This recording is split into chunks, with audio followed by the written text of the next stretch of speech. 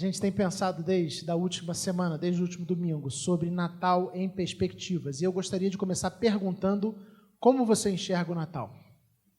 Você não precisa me responder, mas para alguns, para muitos, né?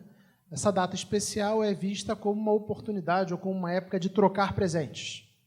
Talvez você já esteja ansioso ou ansiosa na expectativa de dar presentes e receber presentes.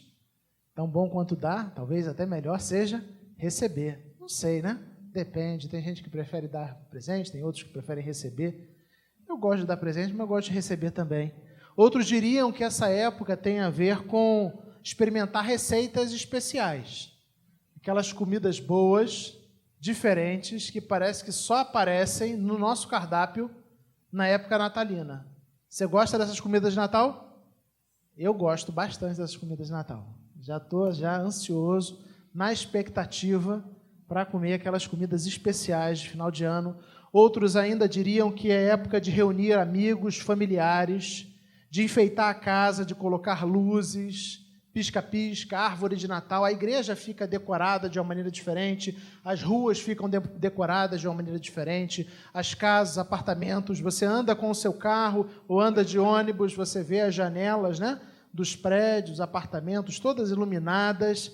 É verdade, muitos dizem, e eu creio realmente, que essa é a época mais colorida do ano, a época mais bonita do ano. Tudo é mais bonito no Natal. E embora tudo isso que a gente acabou de citar, de alguma maneira, faça parte da celebração do Natal, quando a gente olha para as Escrituras Sagradas, a gente descobre que o Natal fala a respeito da chegada de uma pessoa, o nascimento de uma pessoa, o Filho unigênito de Deus, Jesus Cristo. Mais do que simplesmente presentes ou decorações ou comidas diferentes ou reunir amigos, o Natal aponta para o nascimento de Jesus Cristo. Mas a gente fica se pensando, o que de fato Deus tinha em mente quando enviou Jesus Cristo, seu Filho, ao mundo? Você já parou para pensar nisso? Você já fez essa pergunta a você mesmo? Com tantas coisas que Deus poderia fazer, e com tantas coisas que Deus poderia pensar, o que Ele tinha em mente, qual era a ideia dele, quando Ele resolveu enviar Jesus Cristo ao mundo? E aí, nessa série de mensagens, Natal em Perspectiva, a ideia é exatamente da gente olhar para o Natal sob uma nova perspectiva. Não sob a nossa perspectiva, que aponta para os presentes, para as comidas, para as celebrações familiares, mas sob a perspectiva do próprio Deus, aquele que enviou o seu Filho ao mundo. Na última semana, a gente descobriu que o Natal revela um Deus que sempre cumpre as suas promessas. Deus é um Deus absolutamente comprometido em cumprir cada uma de suas promessas. E o Natal é o cumprimento da maior de todas elas. A gente mergulhou no texto de Lucas e vimos que não existem impossíveis para Deus. Deus sempre cumpre as suas promessas. E quando a gente olha para o Natal sob a perspectiva do Eterno, do Criador, a gente se depara com um Deus que cumpre as suas promessas, um Deus confiável, um Deus que nós podemos confiar, um Deus que nós podemos seguir, um Deus que nós podemos crer, que Ele não apenas promete, mas Ele cumpre. E que da mesma maneira como Ele lá no início de todas as coisas prometeu que enviaria seu Filho Jesus Cristo ao mundo e cumpriu isso, esse mesmo Deus também prometeu que Jesus voltaria. E a gente pode celebrar o Natal com a expectativa que Jesus voltará, porque o nosso Deus é um Deus que cumpre todas as suas promessas.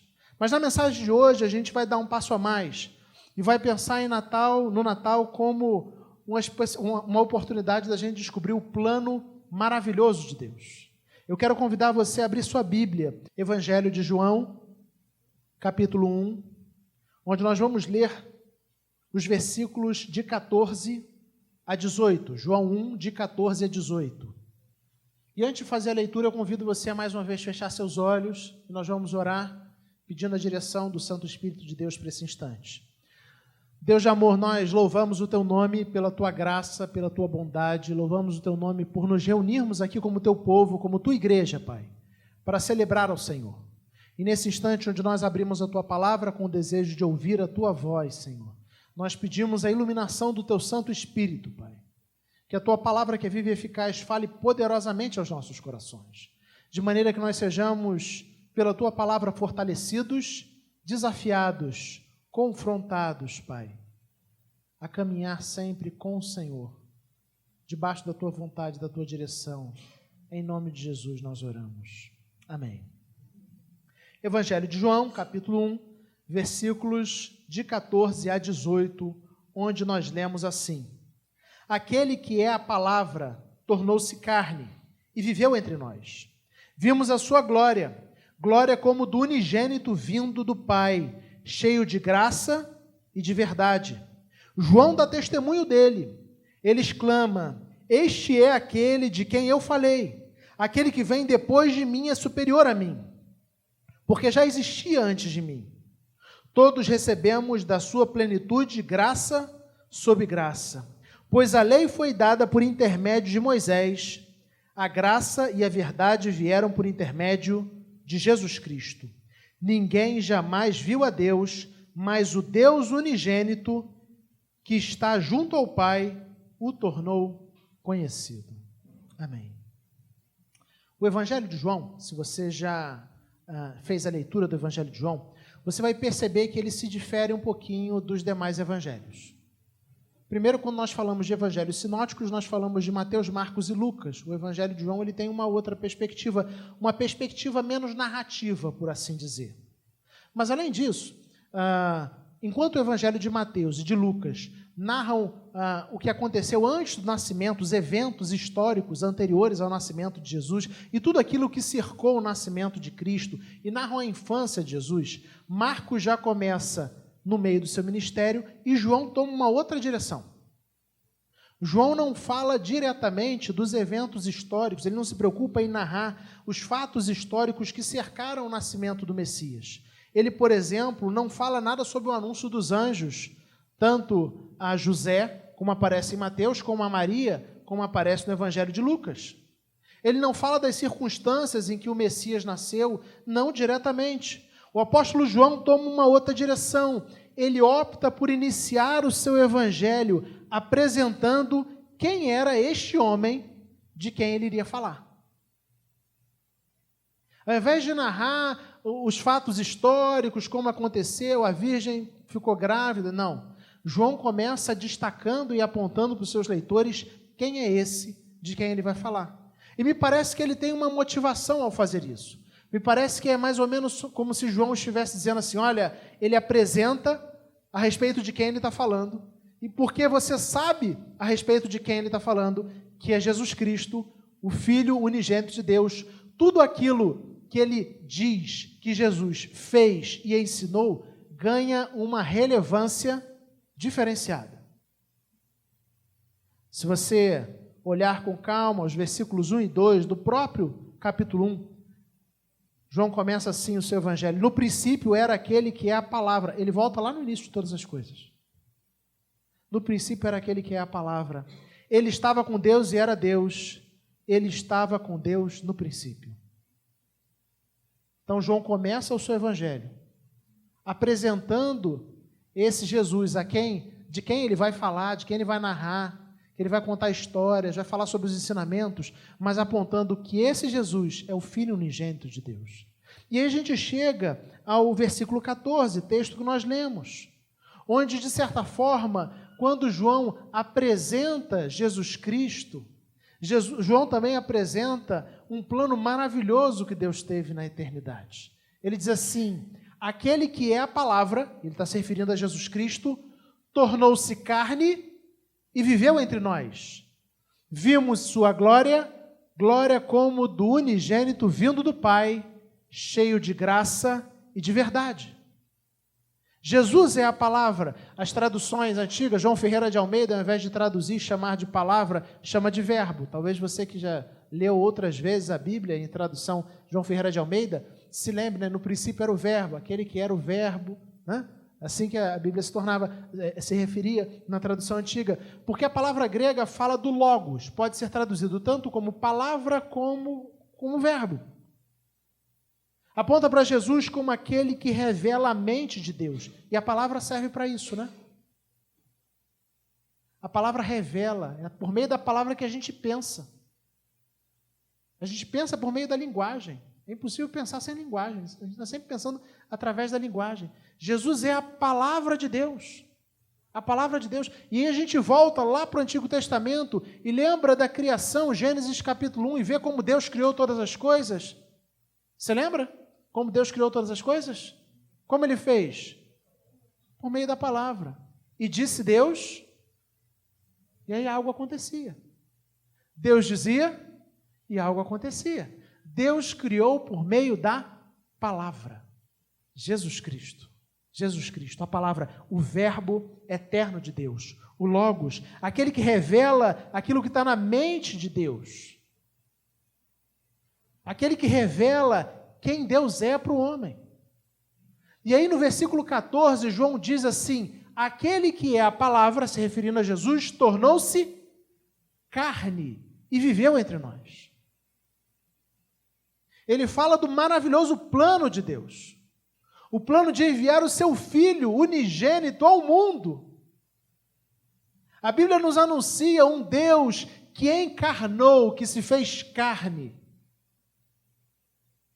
que assumiu a forma humana, em tudo semelhante a você e a mim, exceto na realidade do pecado. Aquele que é a palavra tornou-se carne e viveu entre nós. Um plano absolutamente singular, impensado. Todos almejam a grandeza, todos almejam a superioridade, mas a palavra, o Evangelho, nos anuncia, nos fala a respeito de um Deus, nos revela um Deus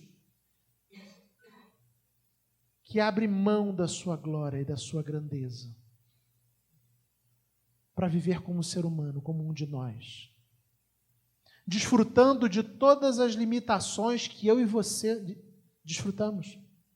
Todas as limitações que nós temos, Jesus Cristo vivenciou: fome, sede, frio, tristeza, dor, tudo isso.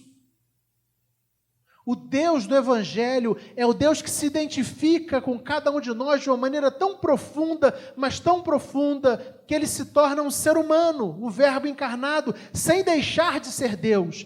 Esse é um grande mistério da teologia e das Escrituras, porque em Deus, em Cristo, Deus é perfeitamente Deus e perfeitamente homem. De uma maneira que na nossa cabeça isso é algo incompreensível. Mas o que João aponta aqui para a gente é que esse Deus que é criador de todas as coisas, que estava lá no princípio, por meio de quem todas as coisas foram feitas, aquele que é a palavra, o verbo de Deus, o Logos de Deus, esse Deus, ele se fez carne e ele viveu entre nós. Ele se tornou um ser humano e ele habitou aqui em nosso meio. Ele esteve em nosso meio, e aí ele continua, e nós vimos a sua glória. Glória como do unigênito vindo do Pai, cheio de graça e de verdade. Ele é a imagem do Deus invisível. E quando o Logos, a palavra, o verbo eterno de Deus, se faz carne, nascido da Virgem Maria, Jesus Cristo, torna esse Deus manifesto, visível aos homens. Nós vimos a sua glória, constatamos, percebemos a sua glória, a sua grandeza. A ideia aí do glória é exatamente para apontar para a grandeza de Deus. O grego fala de doxa, né? Que aponta lá para o hebraico, a ideia do kavod. E a ideia é assim, olha, esse Deus que é grandioso, que é gracioso, que é inexplicável, que é Senhor sobre tudo, sobre todos, que é o alfa e o ômega, que é o princípio e o fim, que criou os céus e a terra, aquele que tem todas as coisas debaixo do governo de suas mãos poderosas. Esse Deus é aquele que é a palavra, que se tornou carne e que viveu entre nós. E quando ele fez isso, quando Cristo encarnou, nós tivemos a oportunidade de ver a sua glória, ver a sua grandeza, contemplar a sua santidade, contemplar a sua beleza.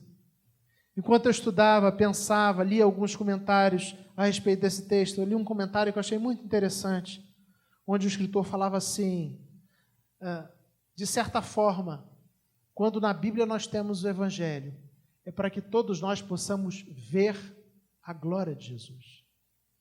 A gente poderia ter apenas as cartas na Bíblia, as cartas paulinas, doutrinárias, explicando, falando a respeito de Jesus. Mas quando a gente olha os Evangelhos, a gente vê esse Jesus, o Filho de Deus, em ação.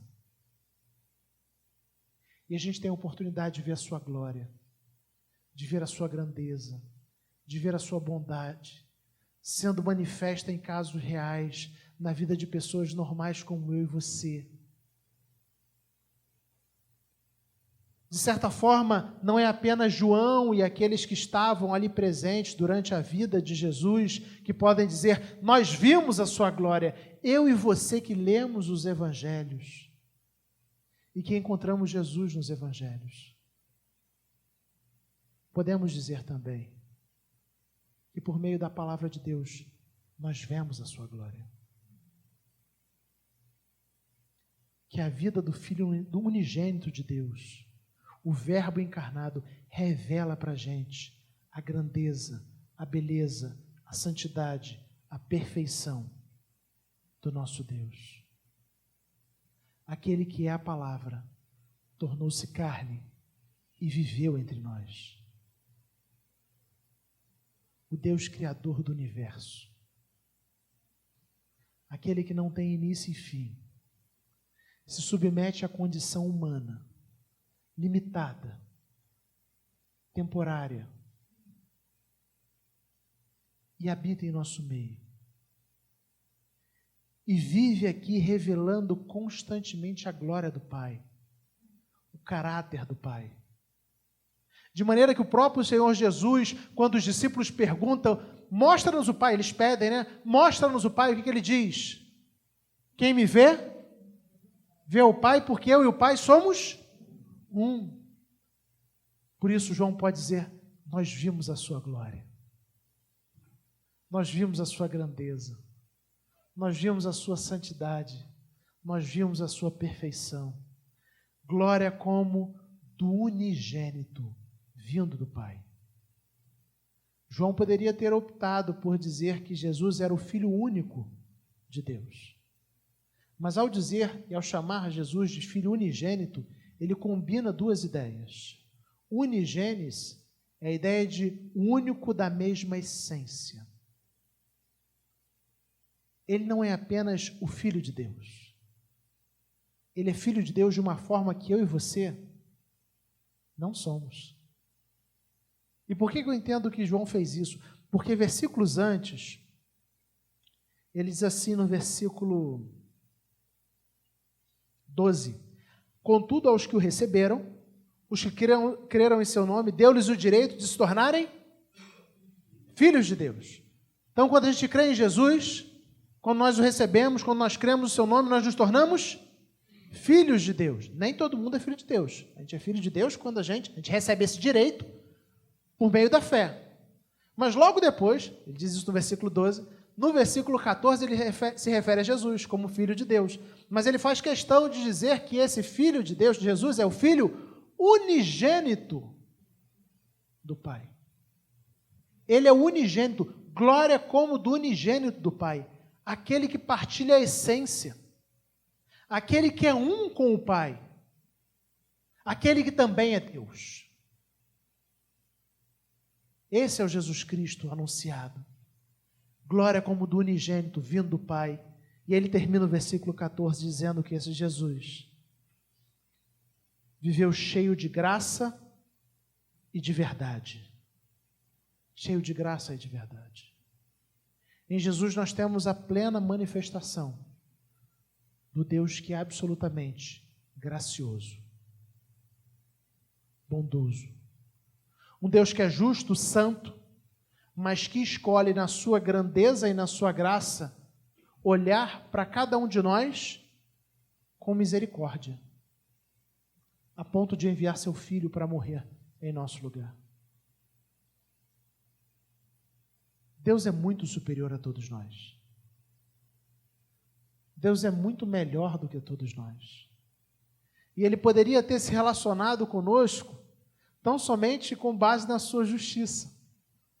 E ao fazer isso, todos nós seríamos excluídos da sua presença. Mas Deus, na sua bondade, na sua misericórdia, resolve olhar para nós com graça, com misericórdia, e enviar seu Filho, Jesus Cristo, cheio de graça e de verdade. Revela um Deus que é 100% justo, a ponto de não deixar nenhum dos nossos pecados impunes.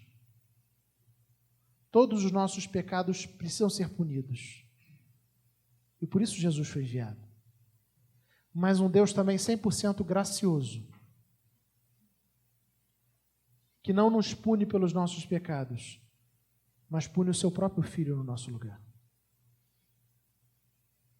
Eu não sei você, mas todas as vezes que eu leio nas Escrituras que Jesus era cheio de graça e de verdade, me parece que Deus em Cristo conciliou coisas que são, humanamente falando, irreconciliáveis. Ou nós somos verdadeiros no sentido de justiça, ou nós somos graciosos. A justiça diz que o pecador tem que ser punido, que o mal tem que ser extirpado, que a injustiça tem que ser combatida. Isso é a verdade. Mas a graça fala da misericórdia. A graça fala do amor. A graça fala da reconciliação. A graça fala da bondade. E o fantástico é que o plano maravilhoso de Deus é de enviar seu Filho unigênito ao mundo e em Jesus conciliar perfeitamente graça e verdade, justiça e misericórdia. São conciliadas em Jesus. Aquele que é a palavra tornou-se carne e viveu entre nós, e vimos sua glória, glória como do unigênito vindo do Pai. João dá testemunho dele, versículo 15, e ele está se referindo a João Batista. Ele exclama: este é aquele de quem eu falei. Ele está se referindo ao ministério de João Batista. Nós lemos aqui no início do culto, de preparar o caminho, de anunciar, de preparar para a chegada do Messias. Este é aquele de quem eu falei. Aquele que vem depois de mim é superior a mim, porque já existia antes de mim. Mais uma vez, ele aponta para a pré-existência de Jesus. Jesus não passa a existir no momento onde ele nasce da Virgem Maria. Ele já existia. É o Verbo eterno, né? No princípio, era o Verbo. Aquele que vem depois de mim, já existia antes de mim. Versículo 16, todos recebemos da sua plenitude graça sobre graça. É dele que nós recebemos a graça. É dele que nós recebemos a misericórdia. É dele que nós recebemos salvação. É dele que nós recebemos o perdão. Pois a lei foi dada por intermédio de Moisés, e a graça e a verdade vieram por intermédio de Jesus Cristo. E aí ele conclui no versículo 18 dizendo assim: ninguém jamais viu a Deus, mas o Deus unigênito. Agora ele não se refere a Jesus como Filho unigênito, ele faz um trocadilho. Ele se refere a Jesus como o Deus unigênito, que está junto ao Pai, o tornou conhecido. O Deus das Escrituras é um Deus que desde o início tem como plano, como propósito, se revelar ao homem, se fazer conhecido. E o ápice da revelação é Cristo Jesus. Ninguém jamais viu a Deus, mas o Deus unigênito que está junto ao Pai o tornou conhecido. O Natal fala do plano de Deus, o plano de se tornar conhecido pelos homens por meio de Jesus Cristo. Aquele que revela a sua grandeza, aquele que revela o seu poder, aquele que revela a sua graça, aquele que revela a sua verdade. Um plano absolutamente improvável. Pensa você. Alguém que é absolutamente maior e superior assumir a forma de algo menor e limitado? Isso é improvável. Humanamente, ninguém iria fazer isso. Mas Deus fez assim. O Natal, então, traz essa dinâmica do Deus que tem um plano maravilhoso de se fazer conhecido aos homens por meio do seu Filho Jesus Cristo. Ninguém jamais viu a Deus. Mas o Filho de Deus, o Filho unigênito de Deus, que está junto ao Pai, o tornou conhecido. Quando você crê em Jesus, quando você olha para os evangelhos e você encontra Jesus, quando você vê a glória de Cristo, a grandeza de Cristo, a perfeição de Cristo nos evangelhos, você está vendo Deus diante de você. O Natal, olhado sob a perspectiva de Deus, é visto como um Deus que se dá a conhecer por meio do seu Filho unigênito.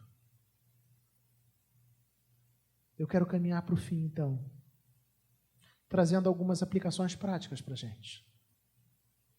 A primeira delas é se de fato você já conhece, se você já viu o Filho unigênito do Pai. João diz no versículo 14, nós vimos a sua glória.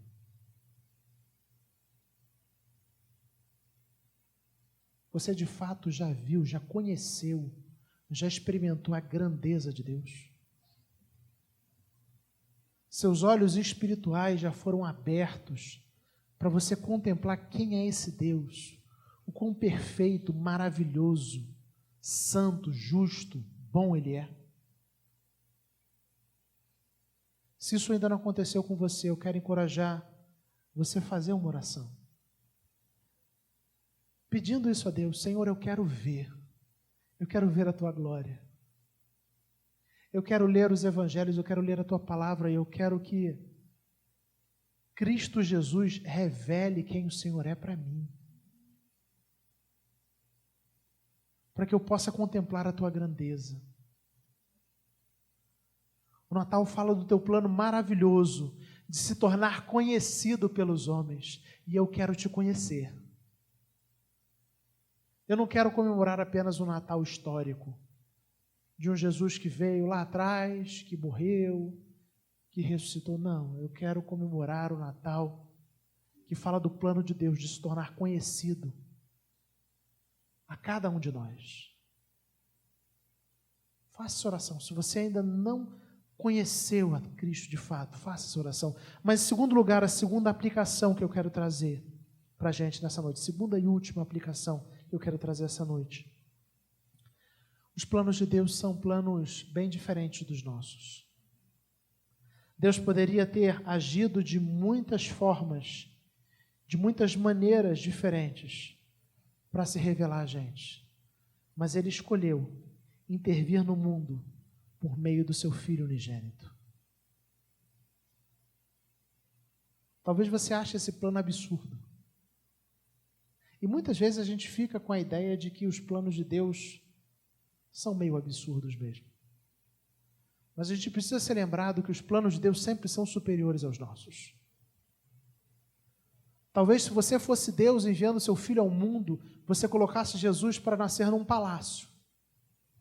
Membro de uma família real, participante da nobreza, com uma educação de classe A. Alguém que incontestavelmente seria reverenciado pelos homens. Mas Deus, na sua sabedoria que confunde os homens, fez com que Jesus revelasse a sua glória, nascendo numa manjedoura. Filho de uma moça jovem, através de uma concepção virginal. Uma família sem posses, sem estrutura. Mas ainda assim a gente pode olhar para os planos de Deus e dizer que os planos de Deus são infinitamente superiores aos nossos. De certa forma, o Natal ensina isso para a gente também.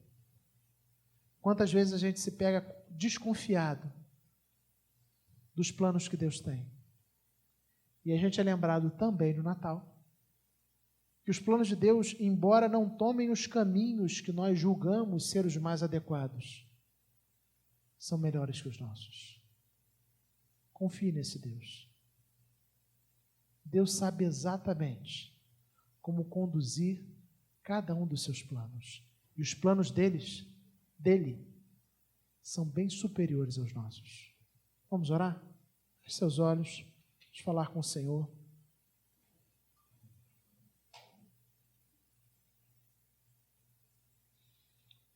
Nós pensamos sobre o Natal, que traz o plano de Deus de se revelar ao ser humano por meio do seu Filho unigênito. Dentro em breve, todos nós celebraremos o Natal.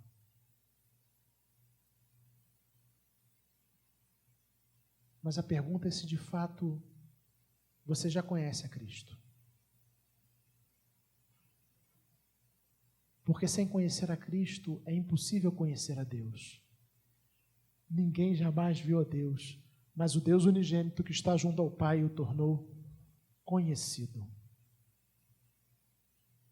Ele é a expressão exata do ser de Deus, o resplendor da glória do Pai.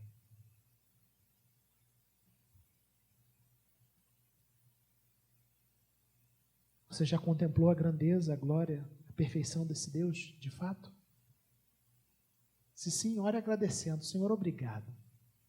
Obrigado porque um dia o Teu Santo Espírito abriu os meus olhos e eu pude contemplar a Tua face, a Tua grandeza, a Tua beleza. Mas se você ainda não contemplou, ore pedindo isso a Deus. Senhor, eu quero contemplar o Senhor. Esse era o Teu plano ao enviar Jesus. Eu quero conhecer o Senhor.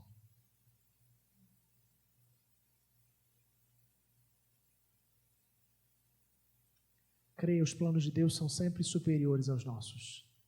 São muito melhores do que os seus planos. É verdade que Deus muitas vezes toma caminhos e segue em direções que nós não seguiríamos. Mas o Natal também nos lembra que mesmo com escolhas improváveis, os planos de Deus são sempre perfeitos e melhores que os nossos. Peça a Deus agora, Senhor, eu quero confiar que o Senhor tem o melhor para mim. Eu quero confiar na superioridade dos Teus planos.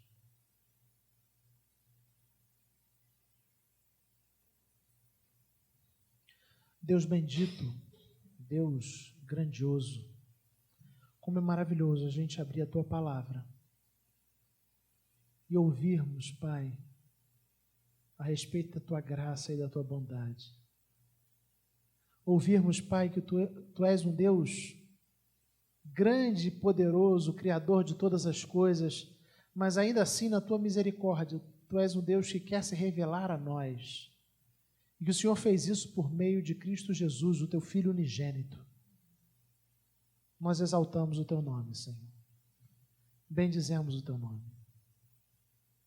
Te agradecemos porque um dia o Teu Espírito Santo abriu os nossos olhos e nós vimos a Tua glória, a glória de Cristo Jesus, glória como do unigênito vindo do Pai.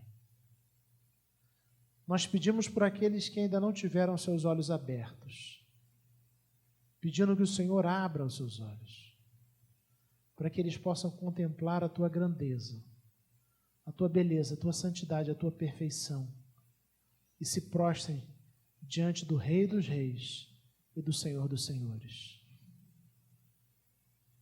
Ensina-nos, Senhor, a confiar que os Teus planos são superiores aos nossos.